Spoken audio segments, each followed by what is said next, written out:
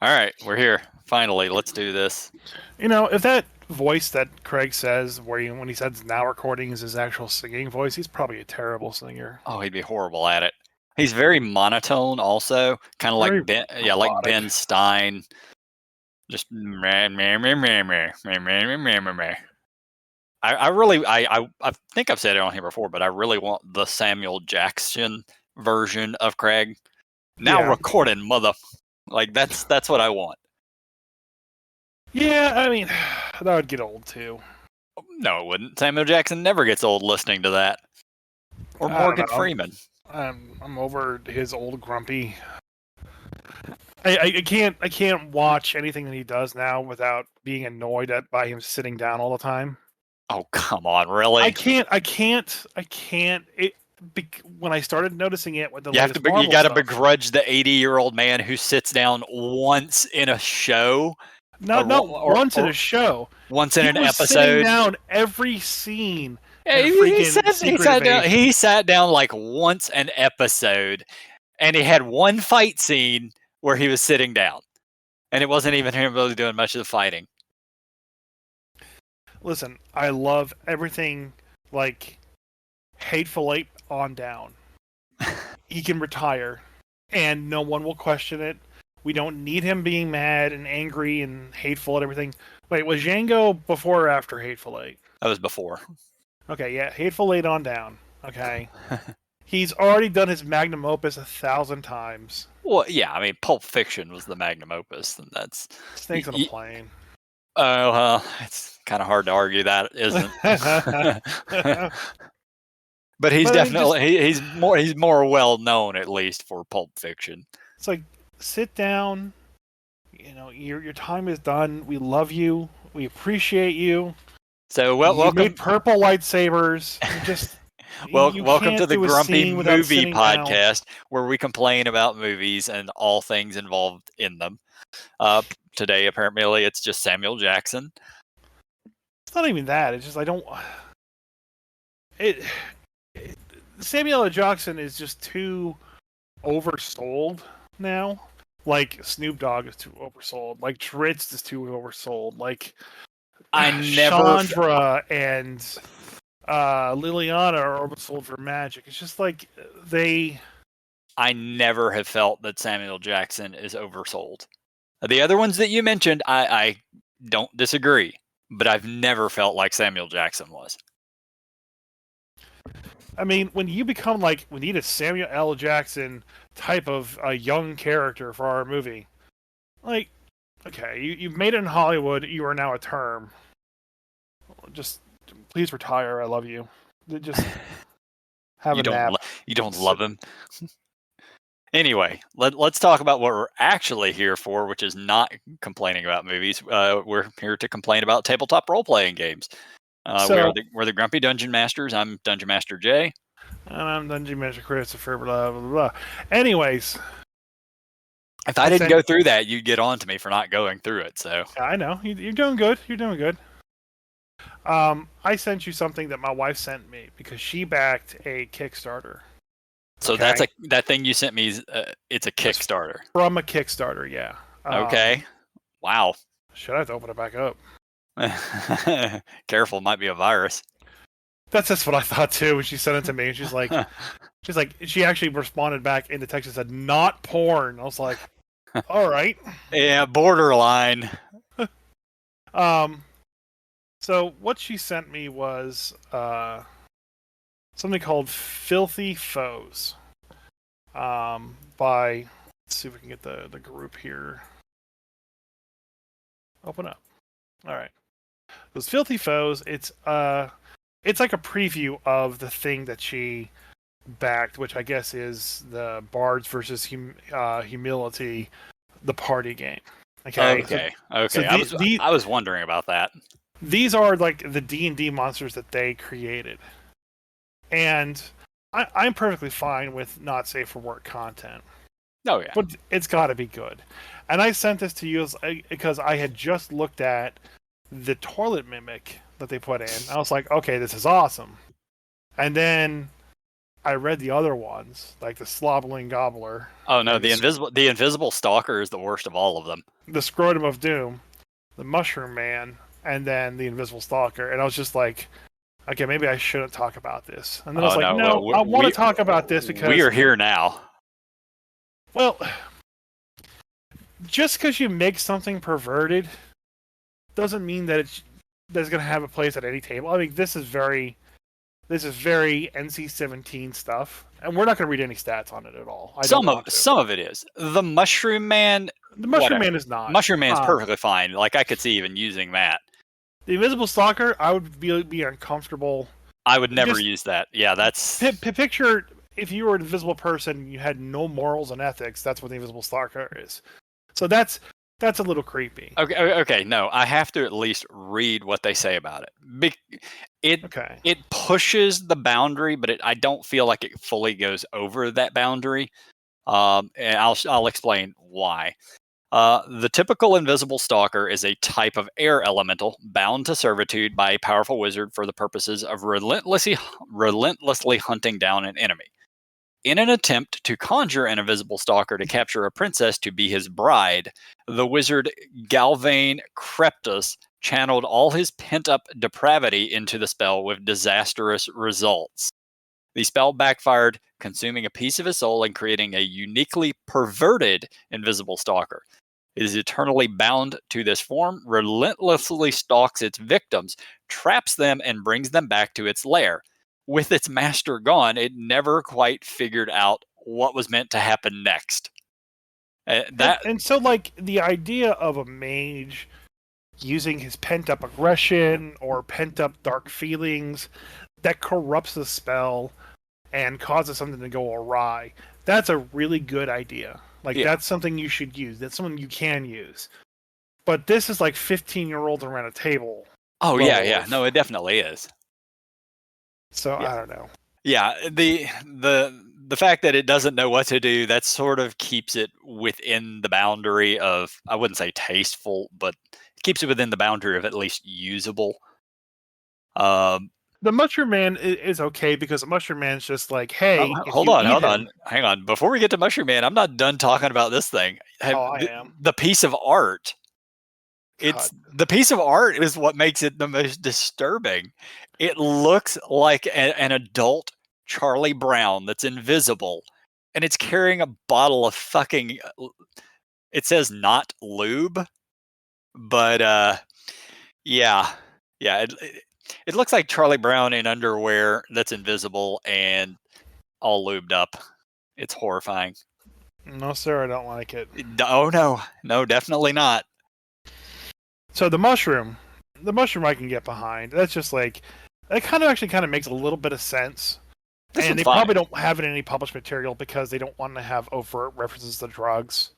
Even though D&D Elder Scroll gets around it with skooma, because what is skooma? I don't know, but the cat people love it.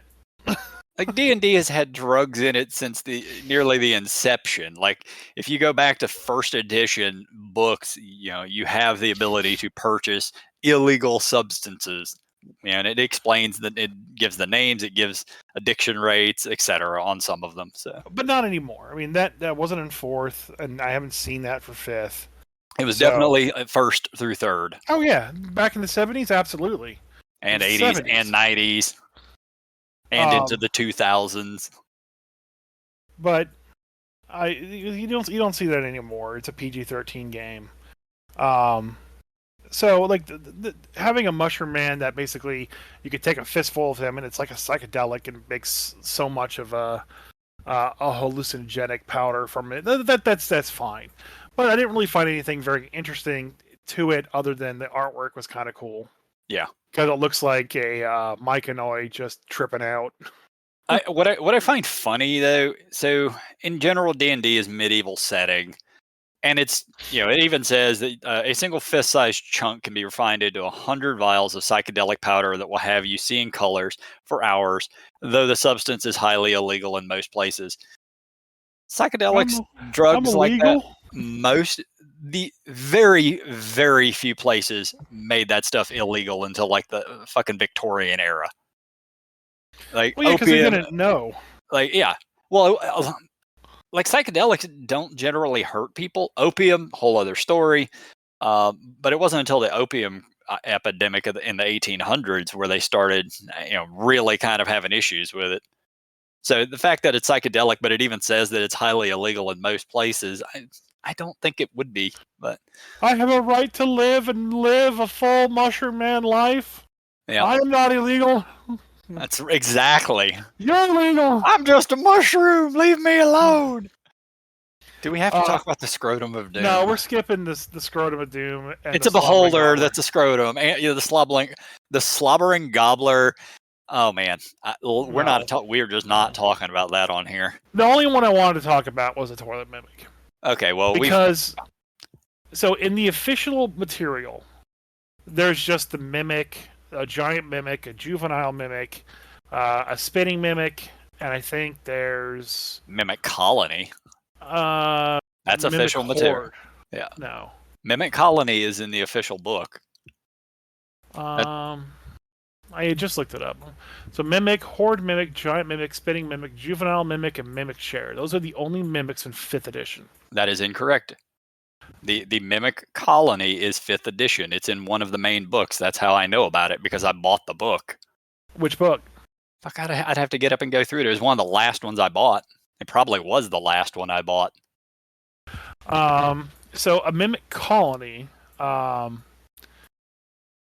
is basically just a conglomeration of mimics. There's no stat block for a Mimic Colony. Oh, that may be. Okay. Yeah, there's no Mimic Colony monster. Just the ones that I read off. Fair enough. The thing about mimics as a stat block, they're very kind of weak. In that the Horde Mimic is the hardest mimic that you can fight. Mm-hmm. It has a +8 to hit and appropriate damage and hit points for a CR8 monster, versus the normal Mimic, which is just a CR2, I think. Yeah, CR2 with a +5 to hit. The Horde Mimic does have a caustic mist that it can spray out on everybody. Very similar to the Toilet Mimic. To a skunk. So it kind of, yeah. But as I was kind of looking at this, the Horde Mimic, or the Toilet Mimic, and going, okay, this is actually a legitimate other mimic.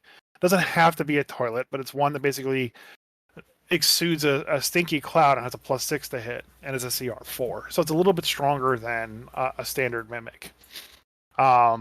I like the serrated tongue that it gives it, in addition to the pseudopod, because the bite attack makes sense, but I kind of like there to be other things Mimic can do with their pseudopods, Yeah. So it looks like the toilet monster from the real Ghostbusters. Do you remember him? No. Okay, so I never watched the real Ghostbusters. Why didn't you? Garfield was the main character. What the hell?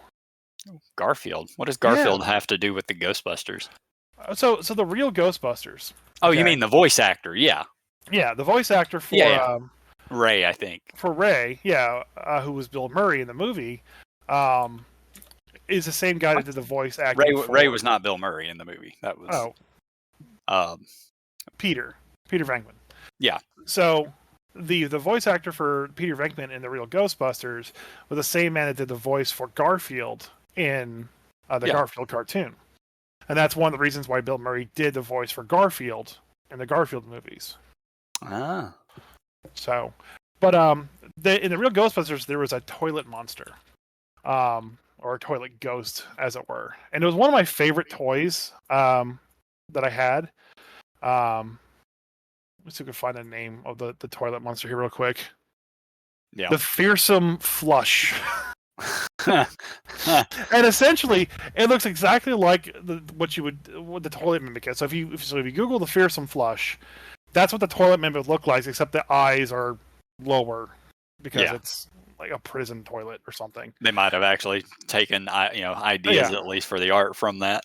So the fact that I now have a toilet mimic, like stats I don't have to make up, and I like the Stinky Cloud because that kind of the same thing as the caustic mist from the Horde mimic. Like this is a really good monster. I think this monster works out really well. Okay, so you could totally use this in a dungeon. What you have is, like an area before the toilet mimic. Your players come across a bunch of potions, and they drink one of the potions. It's a cursed potion or whatever. It's actually like Exilax that makes them have to go poo. And next thing you know, they find a toilet in the middle of this dungeon. Oh, it's perfectly safe, right? Wrong. Exactly.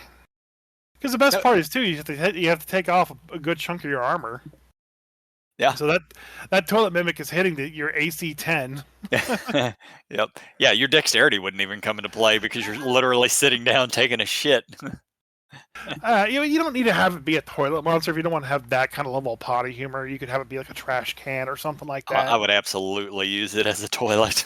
So here's the thing though, and this is what I wanted to really mention.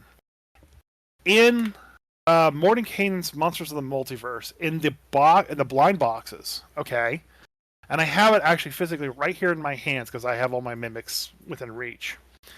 I have an outhouse mimic. All right, so there's no stat block for this. Well, now there sort of is. But they released an actual mini that was an outhouse mimic. No stat block in the Mordenkainen's Monsters of the Multiverse. It's just a normal mimic. But it's like, oh, that's stupid. There has to be some other stats for it. The toilet mimic, it just works perfectly. It just fits, 100%. So now you get to use that mini. Now the best part about it too is it doesn't come attached to a base. So if you use 3D models, like on your board or anything like that, it will blend right in. Like, oh, here's the outhouse.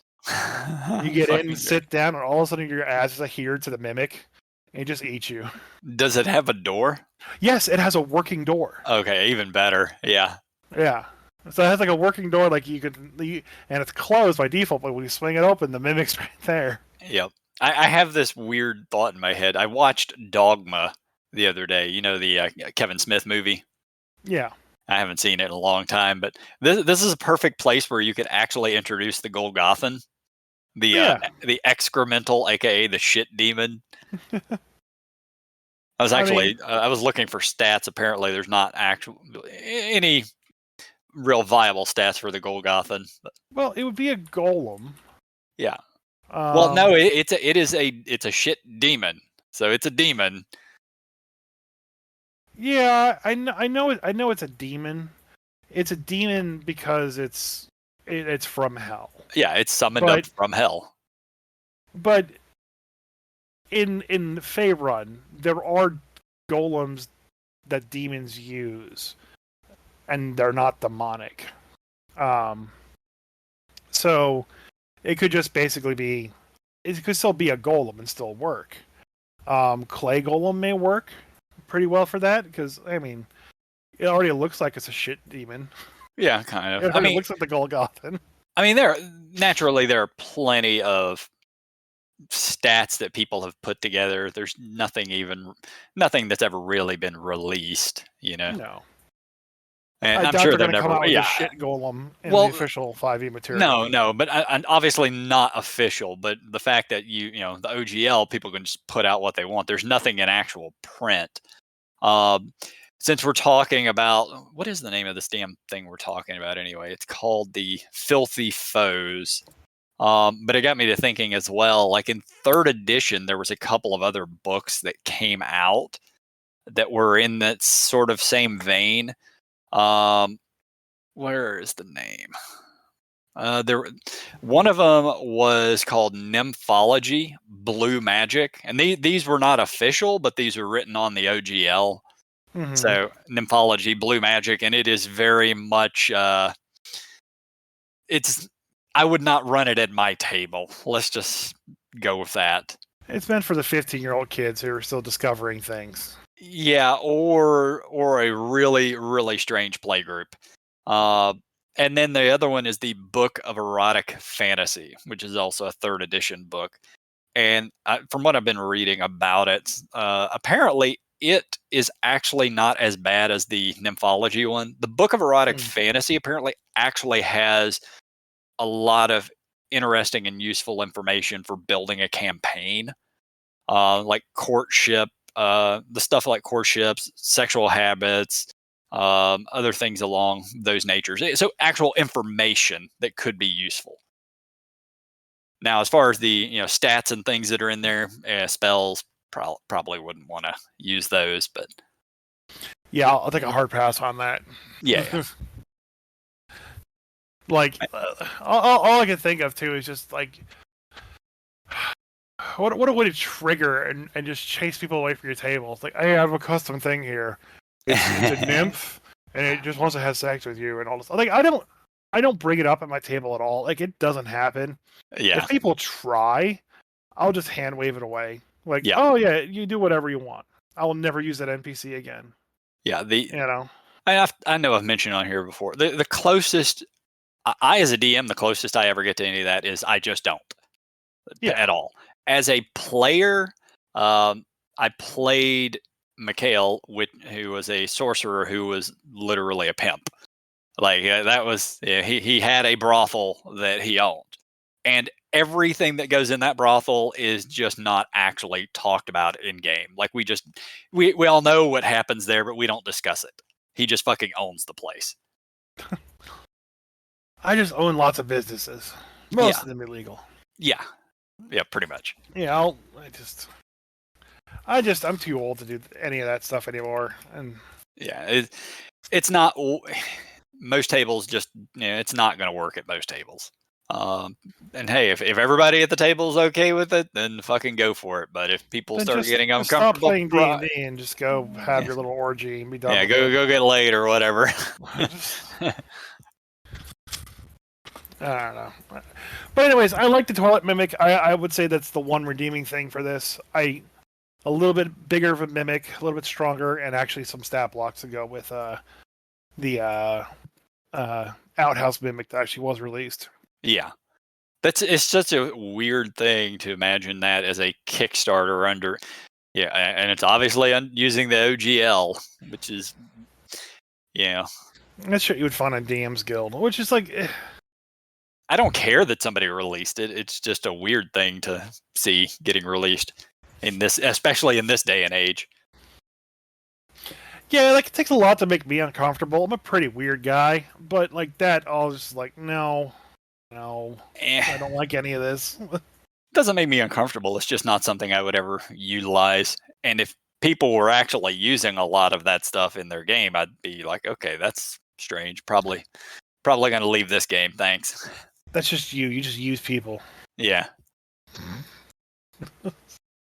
Anyway, so I did have a pretty good start to my Adventure League for 2024. Oh, okay. You actually got to run Adventures League. Yeah, I got to run Adventures League. I'm running my homebrew. I'm breaking the rules. I don't care. I'm not going to run their shit until the new system comes out with new adventures. So 2025. Well, it's supposed to be May, so we'll see. Oh no, the new edition drops in May, but there won't be anything. That's when all the rules change. Yeah, there won't be any new adventures until the year after. There should be a starter kit that comes out with it too. Yeah. There should be a starting adventure that comes out with that. Maybe. So I'm running a homebrew. I don't care if they want me to use random people's shit off of DM's Guild. I'm not paying for it sight unseen with questionable quality. I don't care who it is. Just use I mean, you've got stuff on DM's Guild. Use your own. Well, it's not coded correctly. Yeah. So I'm just going to run my little homebrew, and we're going to record it as being Wild Beyond the Witchlight hardcover, and just cheat it. But it's the same people that show up before, so half of them don't even record AL sheets. So the amount of people who are going to give a shit is literal nobody. WotC hasn't even updated their D&D website in a year. Wow, really? Yeah. Go to let's. See, I just assumed they pointed everything over to D&D Beyond. Oh no, that everything just fucking leads you over there. So the actual dungeons and the dnd.wizards.com. If you go there, the top of the thing is a fucking big poster for Dungeons and Dragons: Honor Among Thieves. If you go to articles, the news, Last thing written June 13th of 2022. Like, what the hell, guys? So I went and looked at what was up on D&D Beyond, and the latest article is the 10 best spells for the 2014 Paladin. The 2014 Paladin. That's how they're referring to the old player's handbook. It's a 2014 handbook. So the 10 best spells for the 2014 Paladin. Yeah, so for 5th edition, I guess they're getting prepared for 5.5. So no, it's still 5e. It's just the 2014 version and a 2024 version. Yeah, nobody's going with that. So, in order, from number 10 is Zone of Truth, Spirit Shroud. Number Shield 1 of is Faith, garbage. What? Revivify, Fine Steed, Fine Greater Steed, Destructive Wave, Blinding Smite, and other Smite spells. Way to just like pigeonhole all the Smite spells in there. Yeah. Bless, Aura of Purity, and the number 1 best spell for the 2014 Paladin is Aid. That honestly feels like a Letterman top 10. Yeah, like that. The number 1 is useless.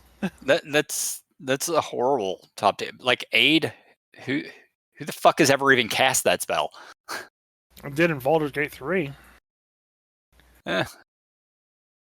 Yeah, I mean, obviously, Smite. Any of the Smites are the best. It should have been Smite. Should have been number 1. Yeah, Smite followed by probably Revivify. Shield of Steed is pretty good. You can break a lot of mechanics with that. Shield of Faith is pretty good. So I'm going to load up my horse with all of this shit. Here's the list. He's at carrying capacity. Now I'm going to dismiss him into the ether. And when you put me in prison, I'm going to summon him right back with all my shit. All right, fuck you. Yeah, I mean, any game that's out there, people are going to find broken stuff given enough time. I mean, that's just the nature of it. I'm like in the process of putting my own game together, and it's not easy trying to put a game together where people can't break stuff. So I'm going to do my best. I know it's not going to happen. Yeah. Yeah. So what can climb a tree better? A mastiff, an elk, a camel, a pony, or a warhorse? Where are you getting this from? That's the question I'm asking you. Oh, I think what can climb a tree better? Warhorse? We've pony, talked about camel, this before. Elk, I think it was the warhorse. Yes, it's the warhorse because it's a +4 to strength. Yeah. and there's nothing in the rules that says it can't climb. So it's the horse straight out of Elder Scrolls. Oh, speaking of, do you ever watch a Death Battle on YouTube? Never. Man, you're missing out. The episode that they just put out this week was the Dark Souls Chosen One versus the Dragonborn from Elder Scroll. Oh, okay. And I wasn't disappointed with the fight. It kind of went how I thought it would. You're not going to beat the Dragonborn. He's just too freaking OP. Which one is that? Is that the Skyrim guy or the Skyrim guy? Yeah. Okay, but I mean it's Dark Souls, and Dark Souls guy never actually dies. Eventually, if you put out the flame, he does, or some shit. I don't know. But like the Dark Souls guy doesn't regenerate mana. The Dragonborn does. The shouts really can't be stopped. The shouts can break continents, etc., etc. But what I was waiting for, and was really sad it didn't happen, was I was really hoping that they would basically have the Dragonborn stop time and just eat a massive, 1,000 cheese wheels. Because that is the unstoppable technique that he really has that they did not fucking address at all. The fact that he can literally just load up a house full of cabbages. Yeah, and just eat them all and regain all of his health back. So, he's invincible as long as he has cheese and cabbages. I was just disappointed they didn't bring that in. Yeah, that was one of the first things that I watched a video not long after, what was it, Starfield? Was that the new Bethesda one? I forgot the name of the game. Yeah, right after it came out, somebody was playing around with, I don't know if it's mods or just cheat codes or whatever, and they were just spawning in shit So they spawned in like 1,000 potatoes, and then spawned in another 10,000 potatoes, and like filled up an entire house full of potatoes. Apparently that's just a thing you can do in Bethesda games. Yeah. It was fun, like watching someone like summon like 1,000 cheese wheels over a town, and just see like all the cheese wheels raining down upon the town. Like that's the start to a module. That's going to be a very fun game. Yeah, I love it. So we started AL. We're playing my homebrew with the AL campaign. It's going pretty good. And I also got back to streaming again, so I had a first streaming session in a long while. Yep. I guess the second one in a long while. Yeah, I was gonna say you had one a couple of weeks ago, I thought, but I finally got people back on track and back into the main story and kind of set up all the villains and whatnot. And I made my wife mad at me, as is tradition. Like her favorite spell is heat metal. Yep. Okay. And she loves casting it on people, like their weapons, their armor, especially. She just loves Cook and Book. That's like her signature thing. And they're fighting a dwarf in full plate mail and a battle axe, and she casts heat metal, and like everything starts to burn him. And so then I say, as a bonus action, he steps out of his armor. And basically, I gave him the comic magic item, the castaway armor, which as a bonus action, you just get right out of your armor. I'm pretty sure we talked about this actually last week. I don't know. No, this happened yesterday or Saturday. Oh, okay. Well, we talked about the getting out of chainmail. Yeah, we talked about getting out of chainmail. So that's kind of like, I'm kind of like showing here, it's like there are other solutions that I have available to me to stop her with the heat metal. Yeah. So, I had him step out of his armor as a bonus action. Okay. Okay. And the fight finished off, and he died immediately because he doesn't have his 18 AC anymore. Yeah. And then I very quickly said at the end of the combat, and then the metal melts away as heat metal destroys the armor completely. Oh. And I heard my other player go, just kind of groan because they wanted that castaway armor. I didn't want to give it to them. I mean, technically they could buy it if they wanted to, but yeah, what is castaway armor? It's a common magic item that lets you take any metallic armor, and basically buy the castaway version of it for like 500 gold or so. Okay. And as a bonus action, you get in and get out of it. Okay. That's it. That's all it does. No other protections or anything like that at all. If I'm allowed to buy common magic items, I always buy that armor. You usually have to pay for the cost of the armor plus another 500 gold. That way I can, cast it off and sleep, and then wake up and just jump right back into it as a bonus action. So question, as the DM, like what prompted you to have it melt the armor other than just not wanting to give it to the players? I didn't want to give it to the players. Period. End of story. Yeah. Okay. Because there's nothing in the rules that says it melts it. No, nothing. I didn't want them to have castaway plate mail. You didn't want them to be as awesome as you are? No. I can cheat. They can't. Fair My enough. wife is very upset because I told her that, and I kind of like showed her behind the scenes, and she was very like, "No, you shouldn't do that. That's mean." Oh and rude. Man, we're gonna, that's going to lead into the next conversation, but I'll let you finish this one first. But I had set up for them to basically find out a lot of information and have the story move forward by there being a jailhouse and an NPC that it was a good friend of theirs locked in a jailhouse someplace. Okay. But he was hidden. Okay. So they couldn't find him with their scrying spells that they use. They use like Arcane Eye, and they use a Familiar to fly around and look, so they couldn't find him. Yeah, there's a couple of ways of doing that. One of them I think is a spell, and there's definitely a magic item that makes it where you just can't be scryed on. In this case, it was something a little different than that. The guy who does the scrying normally is just too distraught to be able to do that. And I don't think any of them have scry as a spell. But anyways, so I was expecting them to kind of like maybe move on in and like try a couple things before resulting in the inevitable physical challenge, which was going to be difficult if they chose that route, but not impossible. Mm-hmm. But I had a couple things in place, and they haven't done anything there yet. So I can't really say the other things I had in place. But I had solutions there that would let them do things without causing fights.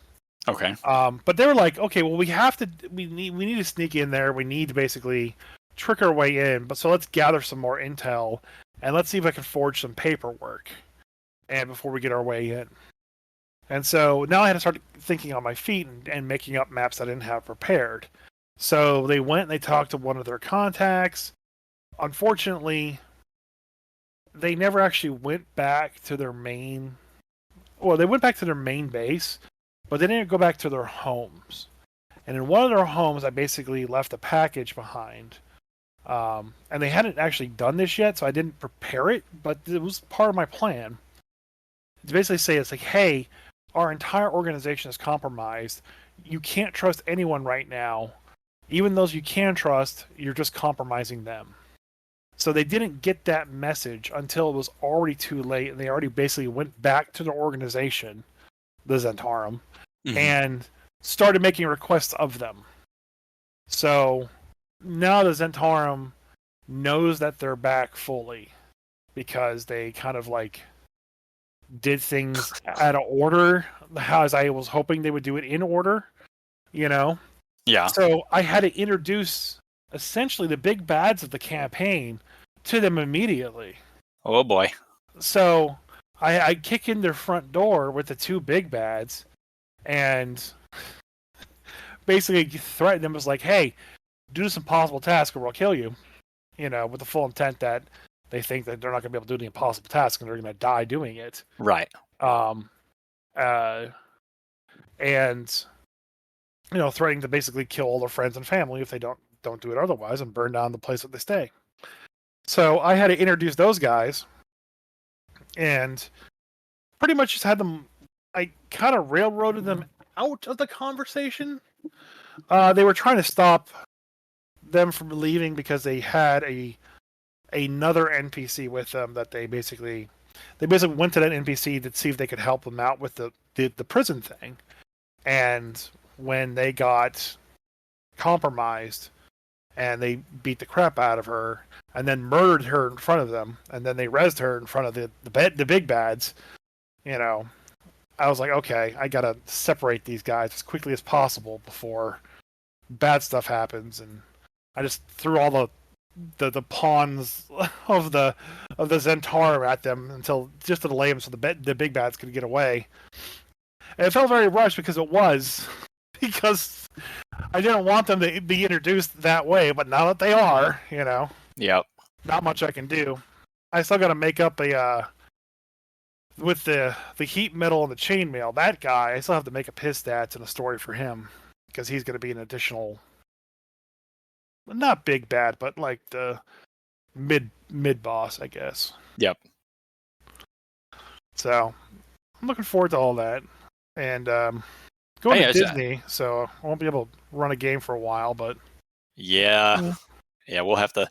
I kind of got people to step up while you're on vacation, so you want me to make a root call with Minnie Mouse or Goofy? Gosh, that'd be amazing, Mickey. That'd be weird, wouldn't it? Yeah, that would be extremely weird. When does Goofy become public domain? I hope next year. I hope soon. Probably not, though. For all the Goofy porn you want? Yep. Can't wait. Can't wait. Just all the Goofy porn. You hear my keyboard? I'm just searching for Goofy public domain, not Goofy Rule 34. So, sort of leading from your topic to the other topic I wanted to talk about, because you had mentioned that you basically broke the rules as a DM just because you didn't want your players to get a certain a common magic item, for the love of God. So, well, okay, it's common magic item, but it's plate mail. Okay, what level are they? 8. And how much money do they have? 1,000-ish. Yeah, they can just buy fucking plate mail. Right. I get that, but plate mail is still not something you just give to players. At level 8, they can literally just, if they're in a city, they can just go, here, I commission you to make me a suit of plate mail, and bam, give it a however long you opt as a DM for that to take, because it has to be fitted and everything. But anyway, that's a whole other discussion. So one of the groups that we're part of on Facebook, the one. Somebody had posted that they were having real problems with their group, and they basically have newer players, and they are trying to help them, but these players are just really, really bad, apparently. And I'm not shitting on anybody. This is just sort of from the conversation. I don't actually have that discussion pulled up in front of me, so I'm kind of going off what I remember from reading a few days ago. And it was to the point of they've TPK'd twice now. And it's not necessarily because of bad dice rolls. Maybe a player dying is bad dice rolls, but not groups. It's because, like, the wizard won't cast spells. The fighter runs to the back of the party. Like, just not actually playing a class the way the class is intended to be played. Like, if you're a fighter, what is your goal? Fight. Yeah, you're supposed to fight. If you are a wizard, you should be casting spells. If you're a cleric, you are expected to throw some healing. These are just things that those classes are designed to do. Okay. And naturally, this post got 200 responses or whatever, so I never bothered responding to it, because by the point I ever saw it, would have been pointless. So shortly after, somebody else posts that this DM doesn't seem to understand what D&D is about. And they list what they think that D&D is about, and it's 3 rules. And I'll read it verbatim. If you are a new DM, remember this. 1, the rules don't matter. 2, the dice rolls don't matter. 3, how your players act don't matter. All that matters is your players have fun. And I saw that, and I could not help but respond, which naturally I got sort of started a shitstorm with it, but whatever. So I'm going to read my sort of response to this. Okay. The rules don't matter. If you have no rules, then you're all just playing pretend rather than an actual game. If you want to just play pretend and not play a game, that's cool, but D&D was written with a rules set. The dice rolls don't matter. Sure, as the DM, you're allowed to fudge rolls on occasions, but if it becomes the norm, then you lose player trust. You sit behind the walled curtain as a judge and arbitrator. You should remain neutral and unbiased when it comes to how the dice fall. And how the players act don't matter. You must not have ever had played with bad players before. I've had players perform the most crude and disrespectful acts you can imagine to NPCs. I've also had players who would steal and kill other PCs at a whim and cheat on dice rolls. Many of these players can be trained to be better players, but how they act does affect everybody's enjoyment, which comes back to your initial post. The goal is to have fun. You're all trying to tell a story together within the bound of the rules set at the table. So naturally, there's lots of fucking responses. A couple of trolls saying, "Hey guys, you're just playing pretend," So on these topics, the rules don't matter, the dice rolls don't matter, and how your players act don't matter. What are your thoughts on that? I mean, I don't like fudging dice rolls. We talked about this with Gary Gygax, or not Gary. Luke Gygax, Luke Gygax, when I asked him, because he and his father had a very differing opinion. Where he thought it was okay to kind of like fudge the dice rolls, and I think the dice rolls are pretty much standard and set. Mm-hmm. I don't remember the last time I fudged a die roll. Yeah. The only time I would say that I fudge die, I know I just said that I don't fudge die rolls. I would say the only thing that I fudge is maybe monster hit points. Oh yeah, I will definitely fudge those sometimes. Because if someone's being very blasé about killing things, you're going to get a blase monster death. You're not killing things for some reason. Isn't that surprising? Yeah. You know, if I give you the opportunity to murder something, I'm giving you an opportunity to play. If you don't want to play, then I'll just calculate your numbers and just be on with it. Yeah. Like the dice rolls, we've talked on it before. We are pretty much in agreement. It is not out of the question to occasionally fudge a dice roll, but if you're fudging it, fudge it in the direction of the players, like not for yourself. You're the DM. You can always just cheat to win, and it should be very rare. Brand new player, they're about to lose their character. Oh no, I rolled a 12 instead of a 13 to hit, Nah, F that. I crit. You're dead. Yeah. Finger. As we know. The brand new player that we had in Adventures League, I didn't tell you this. We had an absolute brand new player to Adventures League this week. Never played it before. He just thought it'd be cool. He wants to try a new hobby out. This is the first game he's ever played.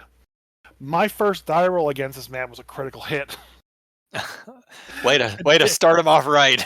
Did I fudge that? Nope. I went, huh. Oh, I wouldn't have either, no. Well, this is unfortunate for you.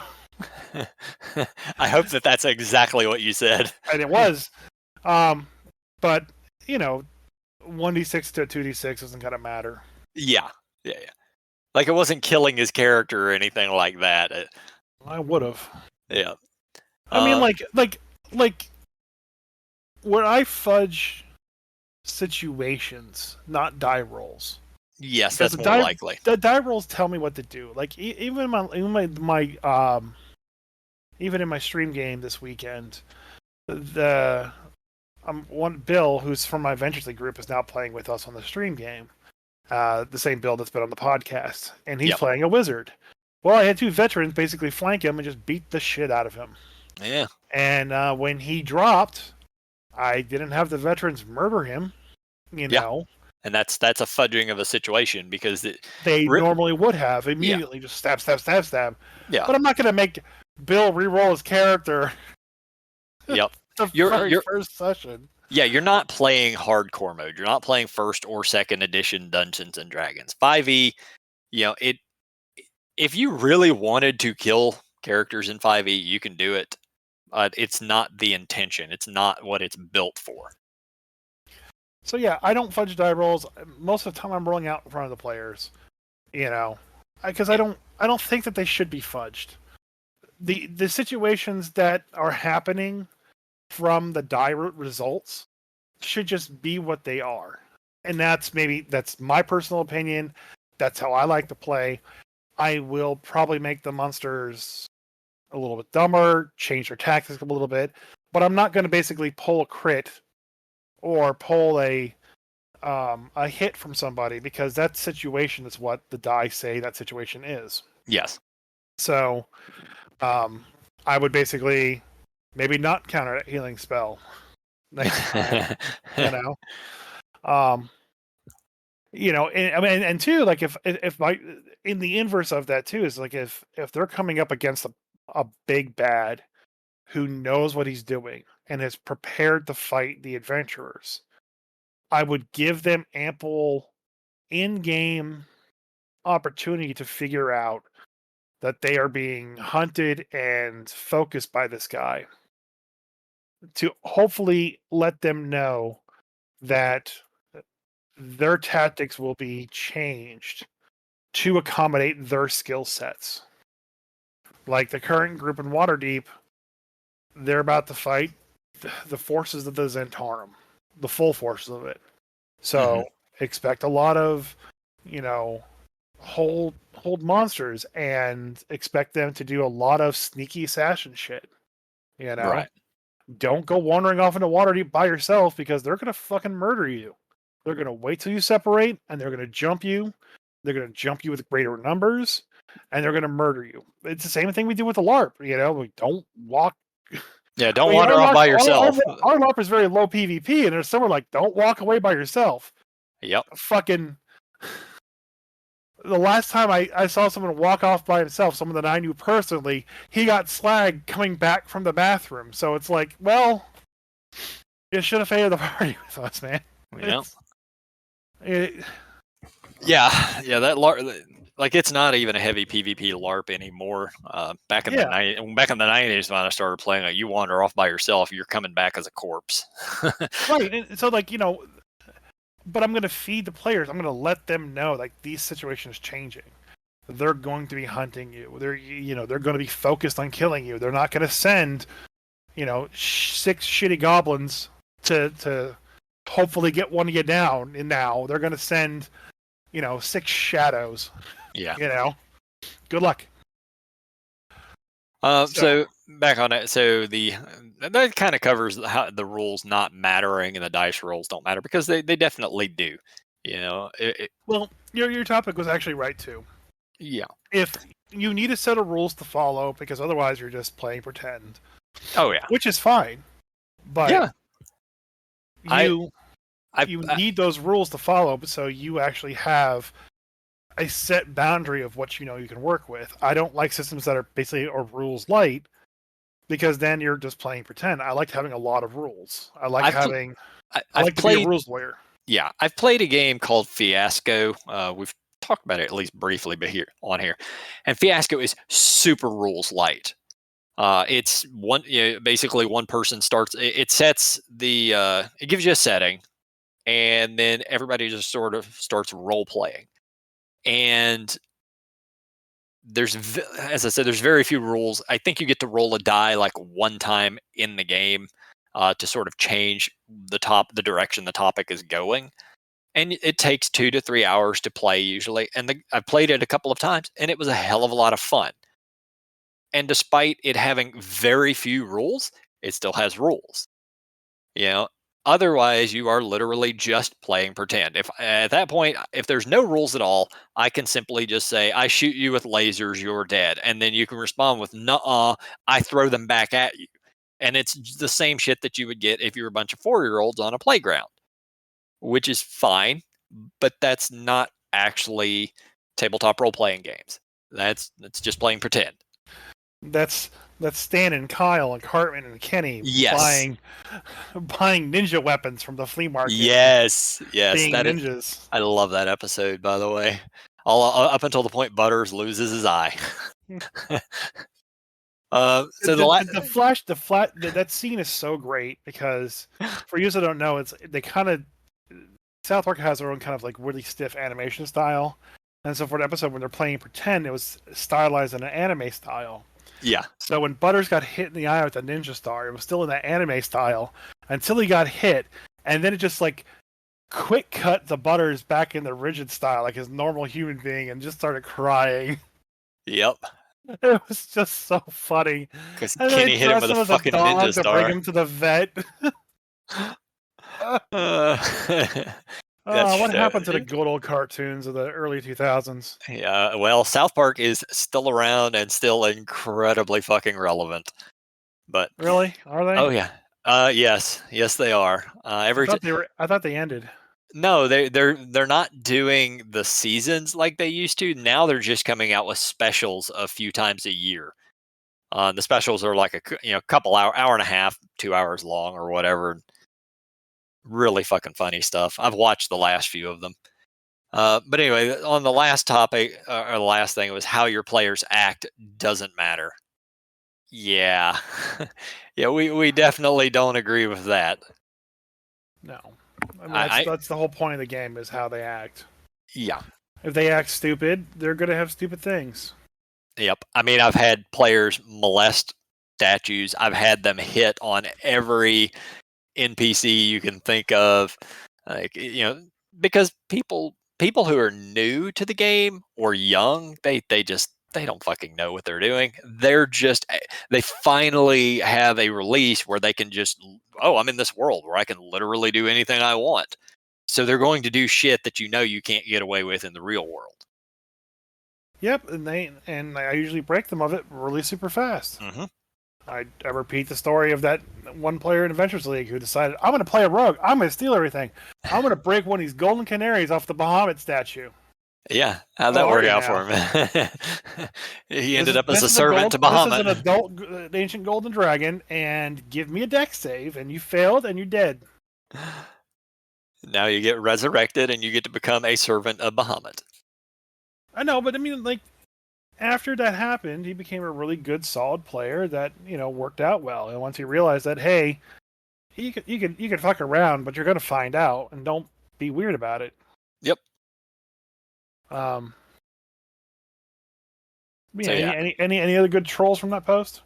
Oh yeah. Well, most of them were the like I said, the are you? Hey, bro, you're just playing pretend, and You're just playing pretend, bro. yeah, and it just sort of went downhill from there. As it's the internet, man, things always go downhill very quickly. But at least the post started out nice. Yeah, well, you There, gave there, some good advice at yeah. least. There are 422 comments on that fucking post. I stopped reading any of them that weren't directly pertaining to mine. So speaking of Bahamut, right before we started recording the podcast, I was just kind of flipping through Facebook and Reels, and there's a guy that's been popping up every once in a while called Offbeat Outlaw, and he does a lot of the peasant cannon builds, like really breaks D&D and makes it really stupid kind of thing. Okay. You know the peasant cannon, right? No. Oh wait, yeah. We've talked about it before, where it's basically a rail gun. Yeah. Yeah. You stand 600 peasants shoulder to shoulder, and then they pass as a free action in one round, thus launching the thing like a javelin, like it's a railgun. So like, if your DM allows it, good luck. You won't have any fun in that campaign. Well, anyways, he has this thing where he's doing all the acting. So he makes a bet with his player that if the player can make a single PC that can beat Bahamut in combat, that the player would have to DM, and then the DM could then become the player for a little while. Okay. All right. So the first round, he essentially casts. What was the spell here? Let me get my notes up. So the player, what level is the character? I'm assuming it's 20. Okay. So he just has. There are no details provided. So he starts off with the first round by casting Spirit Shroud on himself and taking the dodge action. Okay. All right. So Spirit Shroud basically says that until whenever you make an attack, it deals an extra 1d8 damage. And it does either radiant, necrotic, or cold. You make the choice, and that target can't regain hit points. Okay. He then survives Bahamut's Platinum Breath by rolling a 26. Feels very staged, but haha, it is. And then the player looks at the simulacrum and says, all right, do exactly what I do. Cast a bonus action Hexblade Curse, okay? Yeah. Which adds a d6 to all attacks made. And makes your crit a 19 and a 20. Yeah. Then cast a level 8 Scorching Ray, which would be 96 plus 54 damage. Or sorry, the Hexblade Curse doesn't add a d6, it adds your proficiency bonus to every attack. So it'd be 96 plus 54. And then now, as it is Scorching Ray, that like you have to that is assuming he lands every one of those. Yes, and I assume that he lands every single one of those given his numbers. And then he action surges, and then he with his bonus or his extra action, he Scorching Rays again, which you can't do. Yeah, that does. Yeah. Yeah, you can't do that. But whatever, he did it. Maybe it's his homebrew rule. I don't care. So there's another 8d6 plus 48 there. Okay. All right. So that's 17d6 plus 104 extra damage plus 17d8 from the Spirit Shroud. Okay. Yep. So assuming average damage is 102 plus 104 plus 136. Okay. Let me do the quick calculations here real quick. So 102 plus too much math. 4 plus 136. So now, That's 342 damage. It probably would be higher than that because of the crit on a 19. You know? It's almost certainly going to be lower than that. It's probably about half of that because, and we're just going off of what he did. Right. The assumption that he lands every one of those is ridiculous. Right. So then he goes. So in the video he goes. So that's a total of 34d6, 51d8, and 108 damage. And I have no idea where he got that because I read you exactly what he did. Yeah. Unless the simulacrum also did that. Well, he did say it to do the exact same thing. Right. So hold on. So that would make it 34d6, but it'll only be 34d8, and it would be an additional 216 damage. Okay. But he didn't say that. He just said 34d6, 51d8, and 108 damage. So I was really confused. I don't know where he got his numbers, but that brought Bahamut down to within 100 hit points of him dying. And then the simulacrum cast power word kill. Yeah. How did the simulacrum cast power word kill if it just also copied your Hexblade Curse and your 2 Scorching Rays and your action surge? Well, maybe in the next round. No, it didn't. It did it immediately after he finished his Scorching Ray barrage. Okay. So I saw this and I was breaking it down because it didn't make any sense at all. Yeah, very little of that makes sense.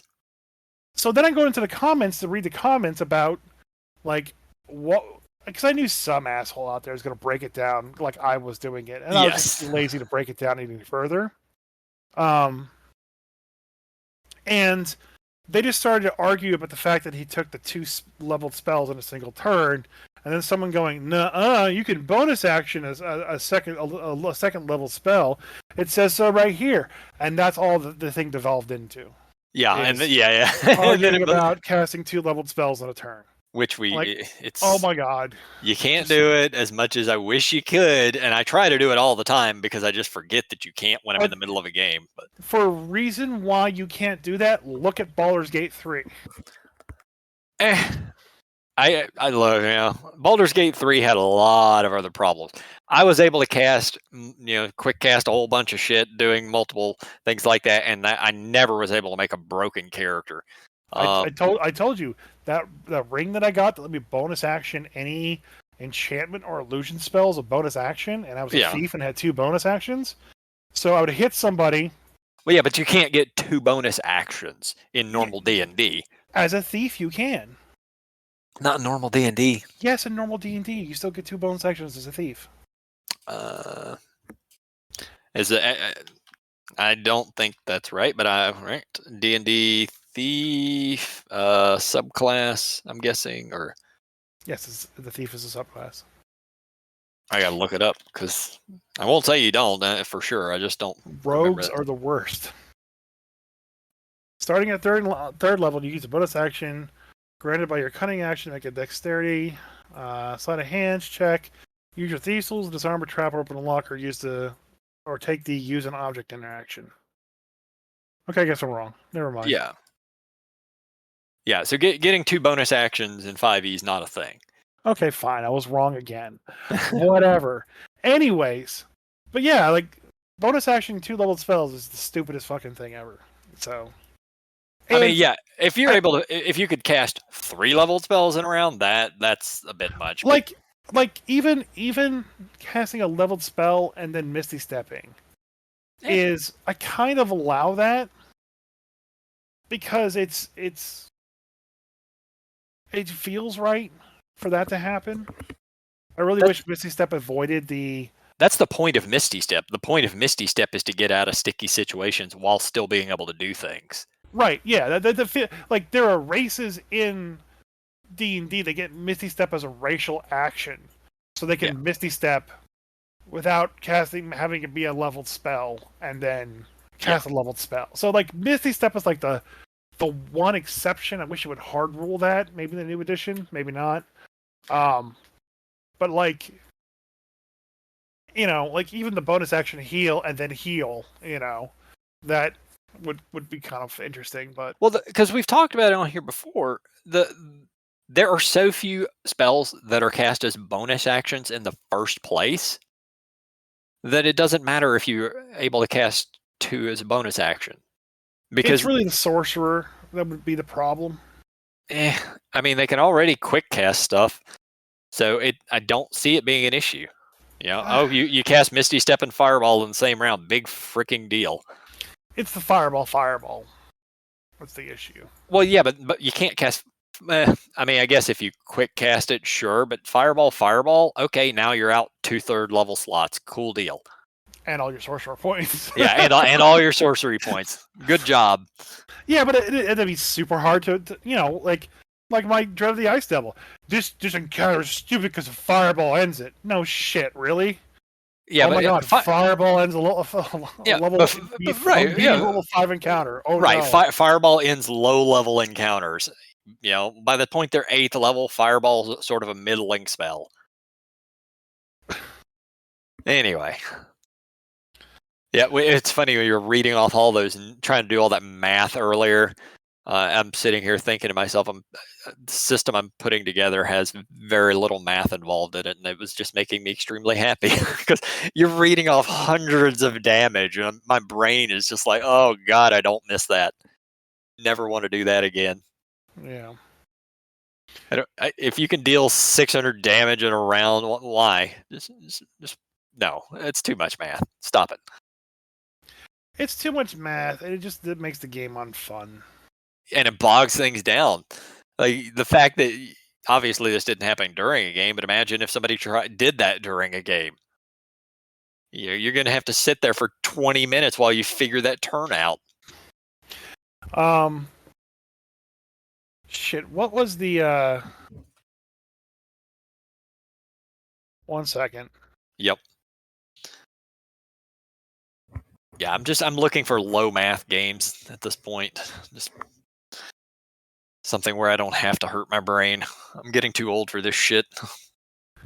There was a the comment, I summon magic missile at the darkness. Yeah, I shoot magic missile at the darkness. I don't remember what that's from originally though. Summoner Geeks? I don't know.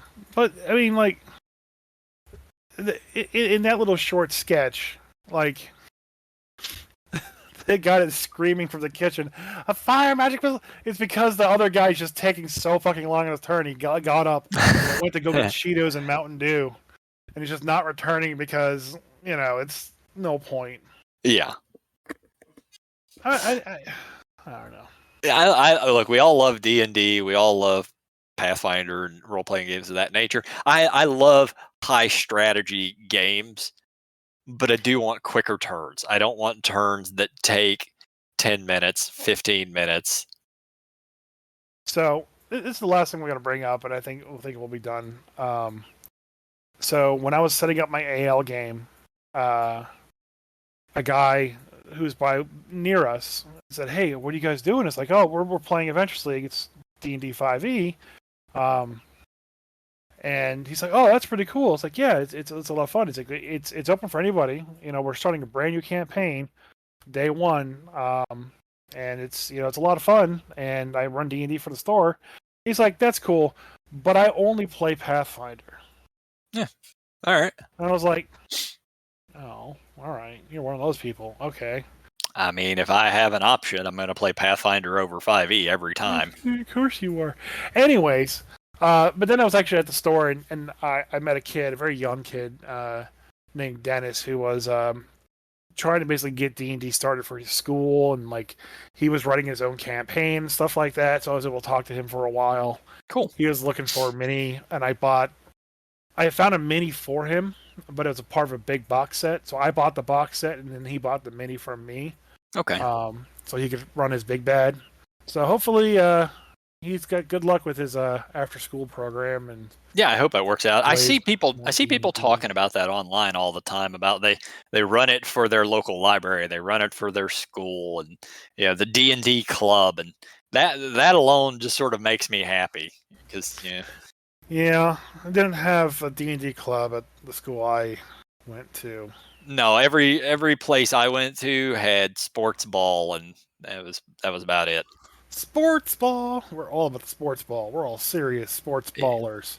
We're all gonna grow up and not be meth heads in the middle of the forest. Yeah. Quit talking Surprise! about Most of them are meth heads in the middle of the forest. Yeah, quit talking about Alabama like that. No, you supply the meth for my people. Yeah. Anyways, so I don't know. Hey, D&D is still thriving, and I'm looking forward to this new year. I just really hope that the people stop doing the whole. I only play Pathfinders. Like, are you sure? Because I literally overheard you bitching about there's nothing to do. Yeah. And we're about to play a game, and you're welcome. Yeah. See, in that guy's situation, if he's looking for shit to do, he should have sat down and played some D&D. Sure, it's not Pathfinder, but it's still pretty fun. You know, it's like pizza. Even if it's bad pizza, it's still not bad. Yeah, unless it's bad pizza, and then you don't want it. Well, like if it's gone bad and it's going to make you sick, you probably shouldn't eat that. But if Domino's. it just yeah. But if it's like cold Domino's Little pizza, Caesar. it's still hey, I'll eat Little Caesars. It's not. It's on you. It's not great pizza, but I've never gotten sick from it. But it's definitely not top tier Pizza Hut pizza. pizza. Oh, I'll eat Pizza Hut every day. Oh, I love me some pizza. Pizza Hut's so good. But you know, they're not Mellow Mushroom. Did they see it still exists? I think they went out of business. Who, Mellow Mushroom? Yeah.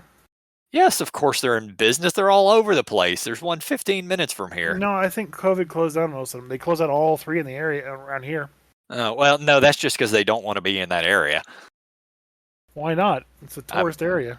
I mean, you don't even want to be in that area. That's different, though. I don't want to live here. People say it's great to visit here, but you know. I've visited there. It's fine. Yeah. I don't want to live here. Yeah, no, Mellow Mushrooms definitely still in business. I ate there last year. Yeah. Last year. You should probably go back. They're probably closed. I drove by the place last week. It's fine. It's still open. It's still in business. Are you sure? Because they don't turn the lights on there.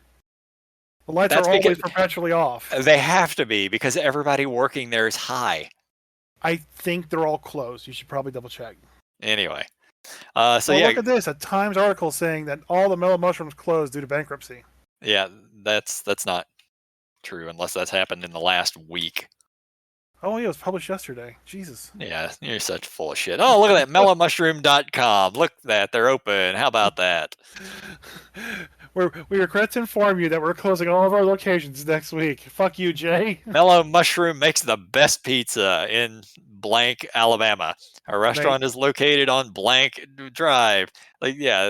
Listen, before this becomes a pizza podcast, I will say that I did try Mellow Mushroom, and it was nothing to write home about. That's so good.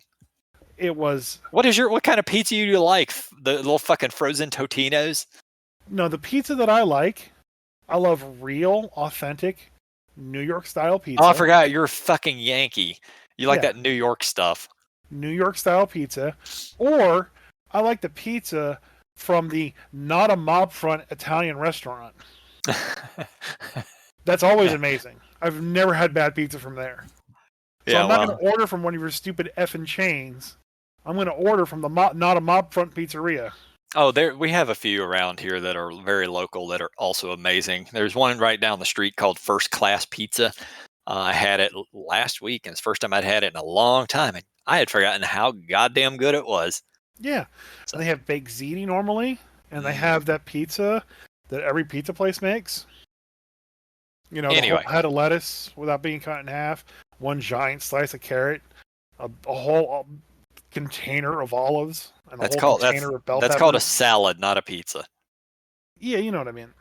Who the fuck puts lettuce on pizza? Weirdo. The same people put pineapple on pizza.